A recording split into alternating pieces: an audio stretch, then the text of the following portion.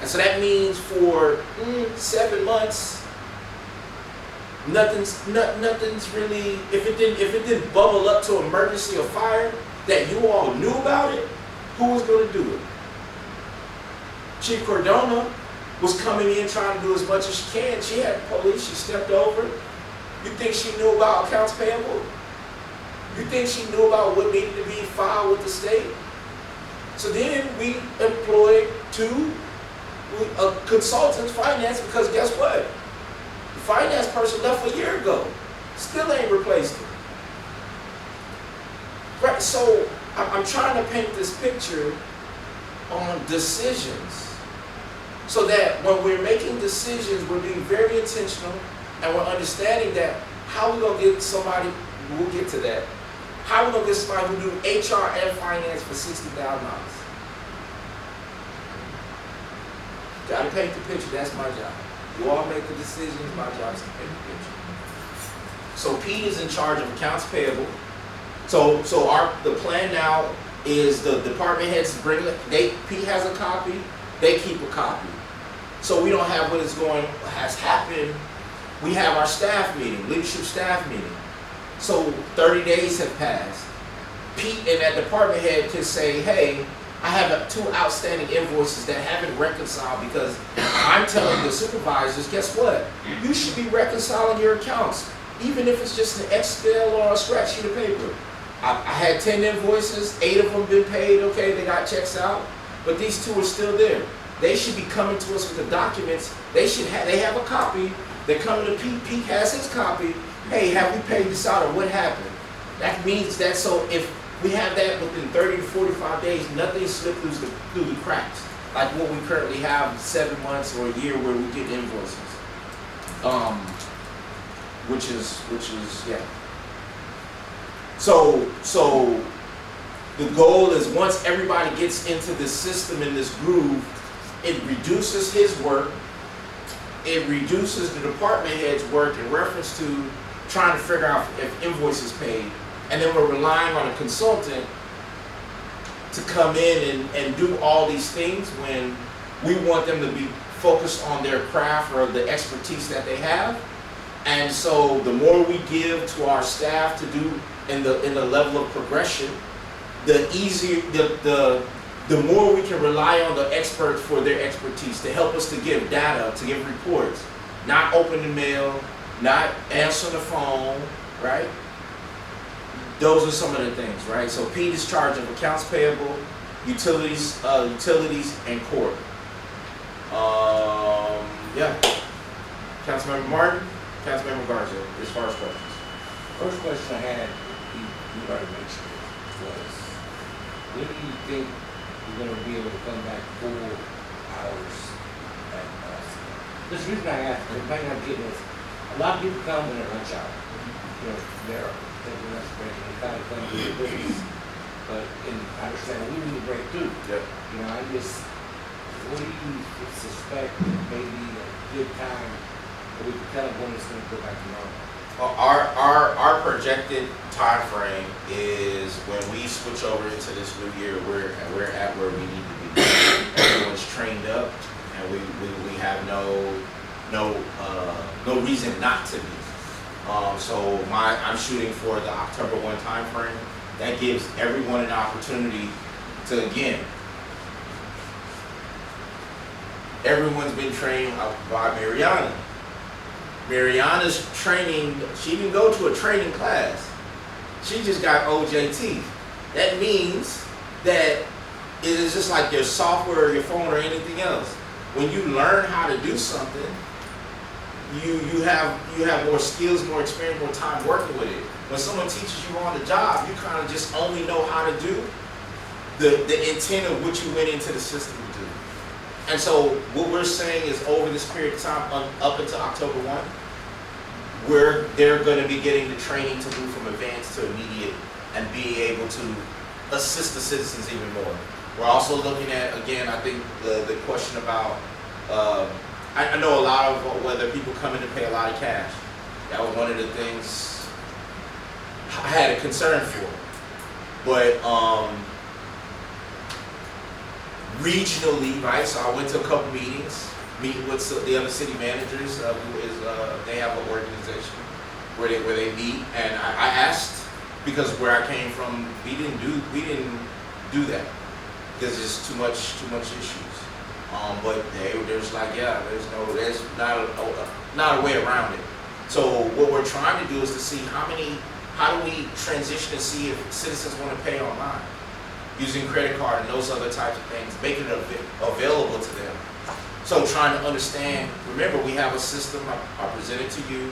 We have Tyler Technology, which is Encode 9. We use it for 4 programs. We use it for utilities, we use it for court, we use it for accounts payable, and so for that, from my understanding, that's it. Inco does a lot. It can be, we could do a lot more with the system that we have. The issue with that, one, is going beyond the training for that. I was looking up the courses, and the courses are expensive. And they could be either 3-day courses, they could be a 1-day, 1 hour, 2 hour course, but they're like $300 a piece. The 3-day courses are like $700. I myself try to get handouts or printouts from Tyler, and I'm studying as I'm reading, as I'm going. You know, I get stuck on something, I look at my printouts, but that's not enough. That's not enough. One thing that, excuse my language, but one thing that gets me like this is when he was speaking about invoices, I cannot understand why the departments don't have what's called a blanket account. Each department has, my God, has over 15 different GL accounts, and they shouldn't. They should not have that many accounts in one department. So I'm gonna, working together, we're gonna try to see if we could create some sort of blanket account as to where we get something from Home Depot. I get the receipt. There's nothing in this receipt telling me that Streets bought something or that Parks went and bought something. Even though they're all under Public Works, okay? I could easily say, okay, Home Depot, Public Works, put it on the blanket account. Instead of literally having to call, even having to call the vendor, hey, you know, what was this project for? Or do you know who went and purchased this stuff? You know, did you get a name? You know, because that takes time. It literally takes time just to find out who the hell these things came from. And of course, when you call the person, you know, hey, you know, I got an invoice from Home Depot for $300. You know, I need to know what department used it, what they bought it, and what. Half the time there is an answer. Most of the time there's not. So that's when I gotta dig in, and so having a blanket account will help in that department. Yes, sir. Yeah, shouldn't those receipts be coming in with already a listing of all that? There's not a page that comes out that states, you know, I went to Home Depot, this is what I purchased, and all this other stuff. So yes, there is. So when we talked about iWorks, right?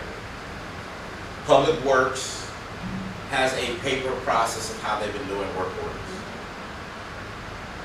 Public Works is out in the field. When your top 2 supervisors who's doing the administrative process, handling that process, you think they trained the people who was the workers in the field? And so I'm just painting the picture. Your top 2 people left. Who trained them to be able to do work orders and handle this process that we're now asking them? So we had, for the last 5.5 months, 6 months, you had a person who was not a supervisor, not the director, who came from the field, who's working himself for the city of Kirby, and he is now the supervisor of this department. What he was doing was just trying to get it done. So he would get the receipt. Let's say you got gravel or you have to run a Home Depot. I don't know why Public Works was the only one with the car, because I guess because they would go get the stuff. right? But then it's like, okay, he is the only one with the license, so 50% of his day every day is doing what? Running around specifically toward. So if he went to the store for Home Depot, he has the receipt, and he's doing the administrative piece, some of that is going to be missed. Which is why we're going from the paper process to using iWorks, where you have a work order, a CRM system, to where any of the utility clerks, whether it be Pete or anyone, could start the work order, put it in, and it's not complete, then they'll come back and log it in. You can then either scan, take pictures, and upload receipts into the system, right? And so that's kind of just where we're at. But the goal is, on the invoice, from the department level, project name, and what line item. We shouldn't be guessing on line items. And so it just cuts down less work for our staff, but it's very clear moving forward how it just makes things just easier. And so the goal is to be able to have, for you clearly identify that department head, because I said, hey, if I have to do it, then you're not in control of your budget. I can take your budget and everything come through me. If you want to be in control of your budget, there's no training with, you got to be in charge of the budget. If you spend something, you got to account for it. You got to put the project name. You got to do all the work. That's what I'm used to. That's the fair part. But you don't get to say you're in charge and just don't want to do the heavy stuff. You just want to be in, charge, right? And so we're just going through that part of like, what does the process really look like? And so I want you all to know that we're now being able to streamline that process, clearly identified, and trying to get us caught up. Now, we're trying to go back from anywhere from about a year to 7 months on outstanding invoices. And not just outstanding, we're talking about, remember, in this period of time, all the directors are gone. So the only people who would have verified if we got pallets of this or this amount of dirt or these pins, everybody's gone.